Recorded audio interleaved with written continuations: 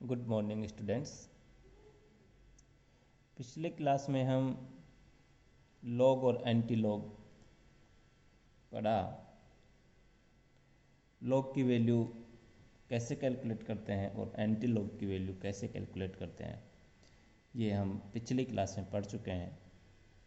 आज हम curve sketching के बारे में सीखेंगे। पहले तो ये जानते हैं कि हम कर्व स्केचिंग वक्र अनुरेखण ग्राफ क्यों खींचते हैं, क्या आवश्यकता है इसकी रसायन विज्ञान में। कर्व स्केचिंग कहूँ या वक्र अनुरेखण करूँ,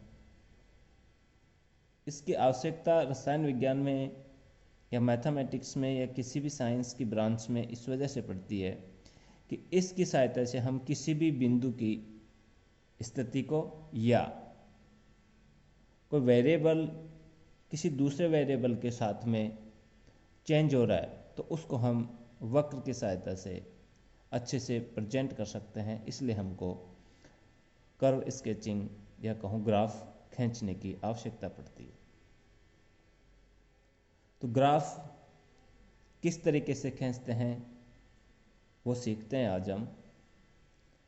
ग्राफ खींचने के लिए हमें दो वर्टिकल लाइंस, एक वर्टिकल लाइंस और एक हॉरिजेंटल लाइन पहले खींचनी होती है। तो हमने एक ये वर्टिकल लाइन खींची और एक ये हॉरिजेंटल लाइन खींची।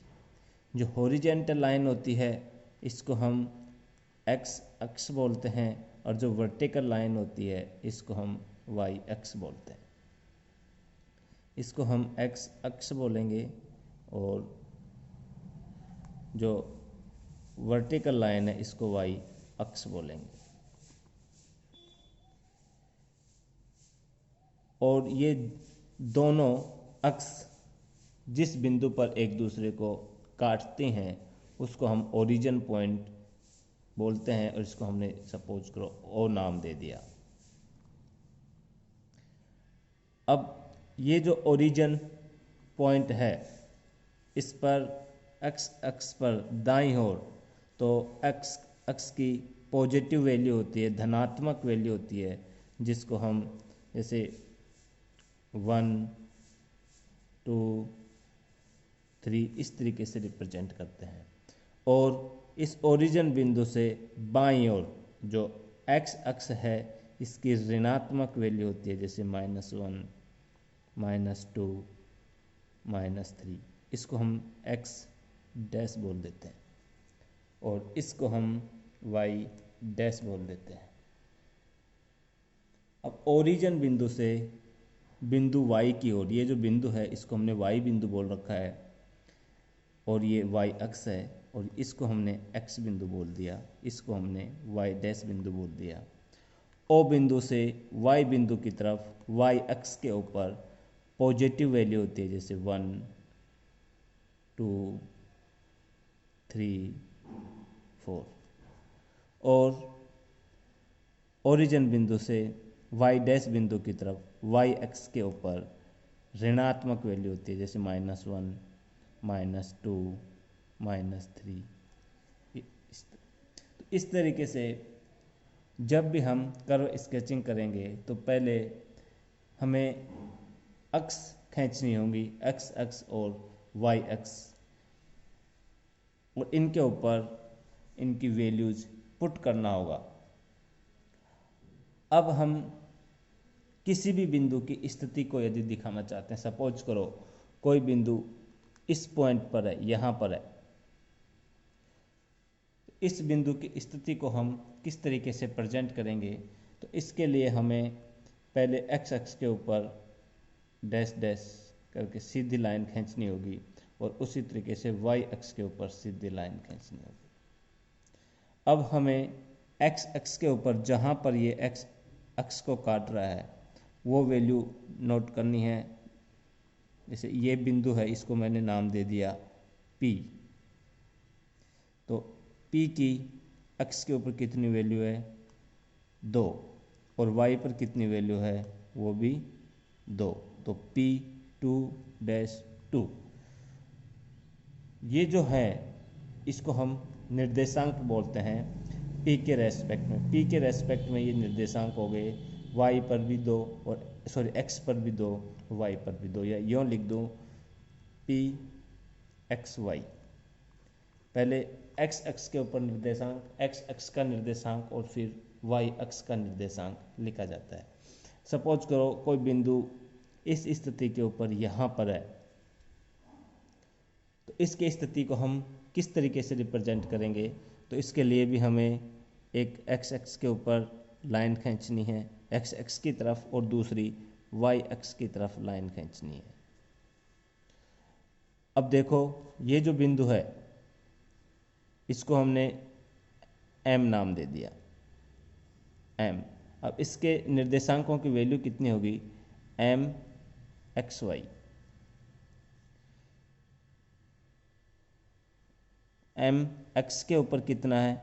-1 -2 -3, तो -3, और y पर कितना है? 3। तो m बिंदु की स्थिति होगी x अक्ष के ऊपर -3 और y अक्ष के ऊपर +3। तो इसके निर्देशांक x के ऊपर -3 और y के ऊपर +3। सपोज करो कोई बिंदु है z और इसके निर्देशांकों की वैल्यू दे रखी है 6 -4।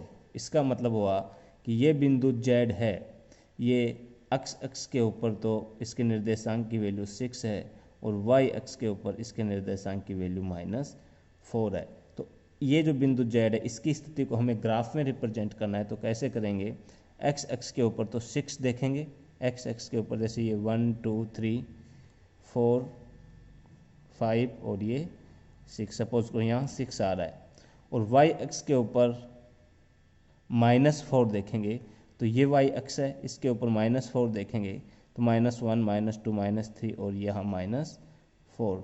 तो यहाँ से हम एक डैश डैश करके सीधी लाइन खींचेंगे और इधर x अक्ष के ऊपर जो 6 है तो यहाँ से सीधी लाइन खींचेंगे यूँ।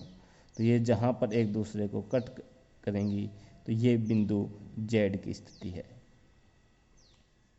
किसी भी बिंदु की स्थिति को रिप्रेजेंट करने के लिए हमें ग्राफ की या कर्व स्केचिंग की आवश्यकता पड़ती है। बिंदु की स्थिति या फिर कोई वेरिएबल किसी दूसरे वेरिएबल के रेस्पेक्ट में कैसे चेंज हो रहा है उसके लिए भी हमें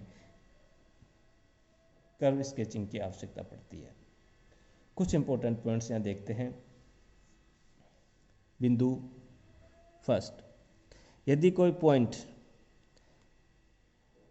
इस x अक्ष के ऊपर आ जाए, सपोज को यहाँ पर आ गया, तो इसके लिए यहाँ ये बिंदु मैंने यहाँ लिखा, ए बिंदु लिख दिया मैंने, ए बिंदु ए। तो जब x अक्ष के ऊपर कोई बिंदु आ रहा है ए, तो उसके लिए y कोऑर्डिनेट्स की वैल्यू 0 होगी, यानी x अक्ष के ऊपर कहीं भी कोई भी बिंदु आ जाए तो उसके लिए y कोऑर्डिनेट की वैल्यू 0 होगी। अर्थात इस a के लिए हमें लिखना होगा x के ऊपर तो 2 और y के लिए 0।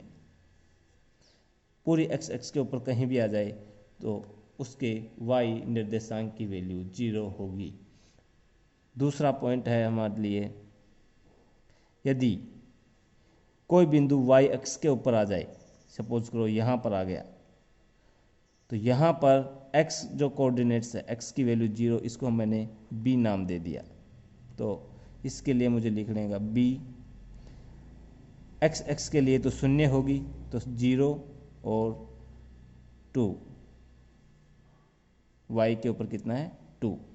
तो कोई भी बिंदु यदि x अक्ष पर आ गया, इसका मतलब है y निर्देशांक के लिए उसकी वैल्यू 0 होगी, और कोई भी बिंदु यदि y अक्ष पर आ गया तो उसके लिए x निर्देशांक की वैल्यू 0 होगी। और यदि तीसरी कंडीशन,